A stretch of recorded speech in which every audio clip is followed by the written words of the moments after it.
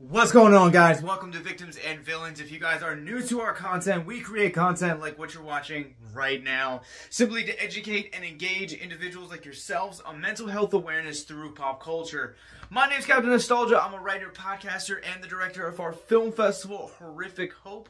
First festival of its kind to be horror-centric and mental health focused. If you guys would like to know more information on how to submit your films and more information on the festival in general, click the links in the description below. We're now accepting short films, feature films, and screenplays. And in the show notes below, you'll also find links to our social media, more podcasts, and movie reviews like this, and most importantly, our mental health resource library, and if you feel led, links to donate to us as well. Today we're talking about the movie of the year that has the best marketing campaign, and that is Smile. Seriously, I think this movie is going to be polarizing among horror fans. I feel like this is the kind of movie that general audiences will like, but maybe not necessarily horror files. Let's talk about it. It tells the story of a therapist who witnesses a suicide by a patient, and from that, an entity attaches herself to the therapist, and she begins to see hallucinations and otherworldly / unexplainable instances that take place, and kind of leads her down a rabbit trail.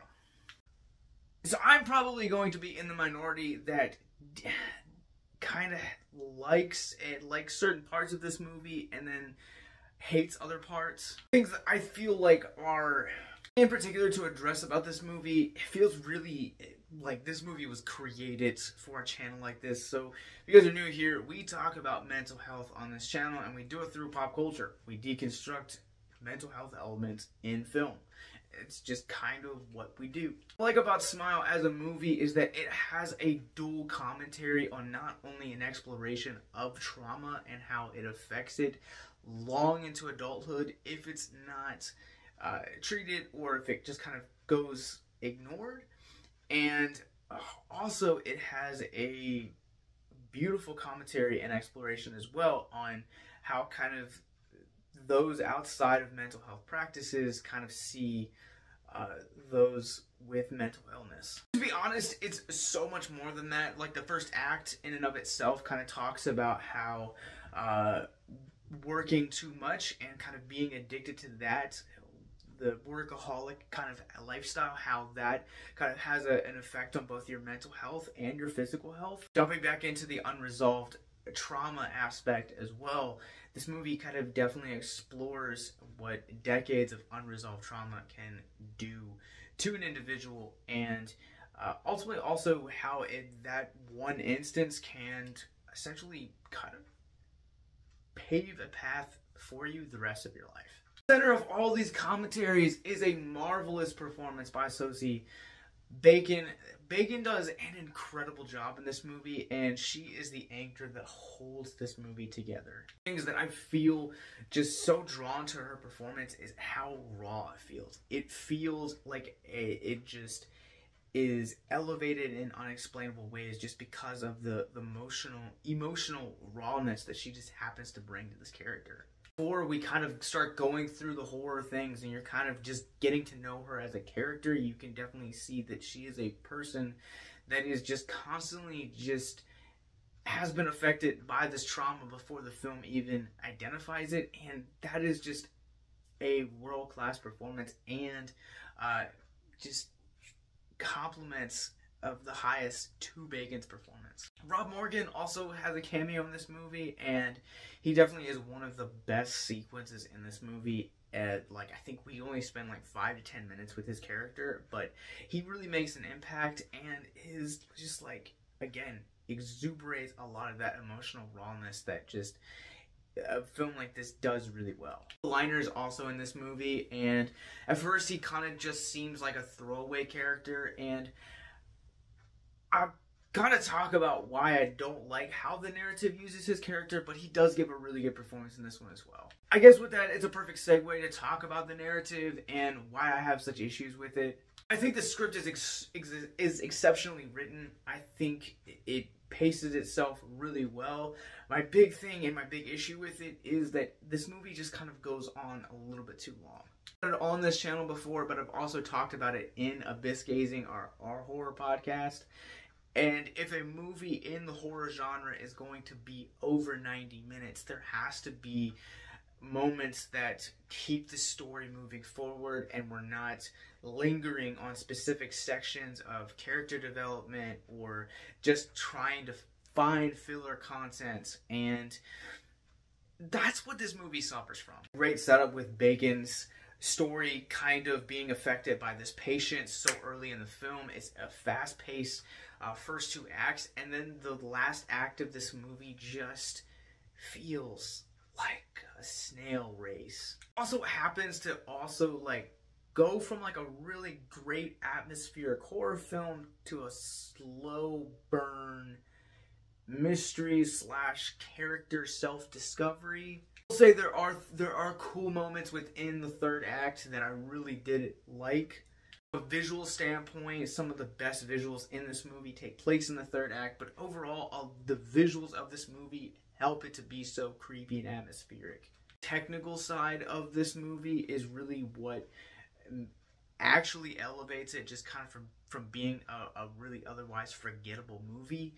Is this movie sounds and just like has excellent use of like shadows, whispers, and just really creepy things. The sound design in this movie is flawless. And the cinematography in this movie looks really good. Like they're set up for this movie. There are shots in particular where it's Bacon and her patient, and like they're just center framed. And I love the way that certain shots in this movie are like actually framed and just kind of run through. The problem that I feel with this movie is that there are elements of it that just feel familiar, and this is where my argument for this is going to be a film that is going to please general audiences, but it's going to remind like horror audiences of other things. Narrative, as the film kind of evolves, there is an entity that attaches itself to Bacon's character, and Bacon eventually ends up finding out that it kind of jumps from host to host. How about now? Does it sound familiar? Other element that like there's like the famous question, how long does the parasite attach itself to the host? And of course, 7 days. Does that sound familiar? I don't necessarily have a problem with the fact that these movies kind of take elements and weave it into its narrative, because I understand that there are going to be a lot of new like ideas out there, and I get the old phrase, nothing new is under the sun, but still, we're still in the 21st century, and these are still kind of like commonly remembered movies. Oh, maybe I'm crazy, and maybe I'm just hating on this movie for no reason, but making those connections, like, this movie had such promise with its narrative and the things that it was trying to explore as far as social commentary goes, and it just kind of lost it for me. The connection to those movies, and as recently as 2014. Let's get into Rorschach ratings here. I'm going to go ahead and give Smile a 2.5 out of 5. I think this movie has really compelling ideas, and it explores some really amazing themes, and Sosie Bacon's performance in this movie is probably one of the most raw and beautiful performances I've seen in a horror movie this year. But it's boggled down by its some of its narrative choices, and its last like act just seems to draw on, and the movie just kind of falls apart in the end. So I don't know. That's kind of where I land. If you guys have seen Smile, where did it land for you? Make sure that you guys comment below and let me know. But let's talk about mental health. If you guys are new to our content, Mental Health Moment is where we take a theme of mental health out of the film which we're talking about. And we talk about it for a few moments in hopes to deconstruct the stigma surrounding mental health. This film is absolutely layered with mental health commentaries.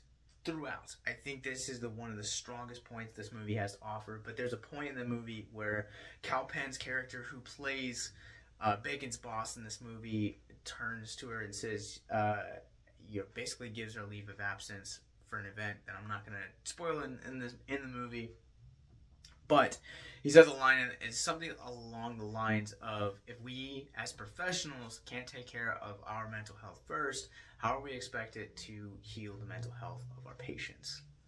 And this got me thinking about the importance of self-care and self-love and why we need both of them. The thing about it is that we live in this like society now that just kind of seems to run 10 seconds, like, and you're on to the next thing. And my issue with that is that we live in a culture now that doesn't promote rest and also doesn't promote self-love as a result of no rest. What I mean by that is that, like, you can love yourself for a split second, but if that love doesn't actually set in, did you ever actually stop and love yourself? One of the best lines I've ever heard in any form of media actually comes from one of the first episodes of Twin Peaks. Dale Cooper, he turns to Sheriff Truman and basically says, buy yourself a gift and treat yourself once a day. That's really what I want to talk about and really want to just leave off with some Twin Peaks knowledge. We came here to talk about Smile. We're ending on Twin Peaks. I think this video is improving. Tying it back into Smile, it comes back to the question of, if you're not taking care of your mental health first, how can you be expected to listen to others? How can you be expected to love others? How can you be expected to be a good friend, a good husband, a good wife, a good partner, a good son, a good daughter, a good father, a good mother? I mean, that list goes on and on and on, because it boils down to, how are we seeing our own self-worth? Are we self-loving ourselves? Do we think that we are enough? I mean, that list just goes on and on. Really what I want to encourage you guys on today is to come first into self-love. Understand that you have value and that you have worth. And at the end of the day, we need to love ourselves and actually let that love sink in. And the results of that not only promote better mental health for ourselves, but also better relationships between other people, between ourselves and other people. I hope that it was an encouragement to you guys, and as always, make sure that you guys check out the mental health resource library in our show notes if you or someone you know is struggling with suicide, addiction, self-harm, or depression. Smile is now playing in theaters everywhere from Paramount Pictures. Make sure that you guys, again, click the links in the show notes below, and click the subscribe button, and let us know what you guys thought about Smile. Have a good night.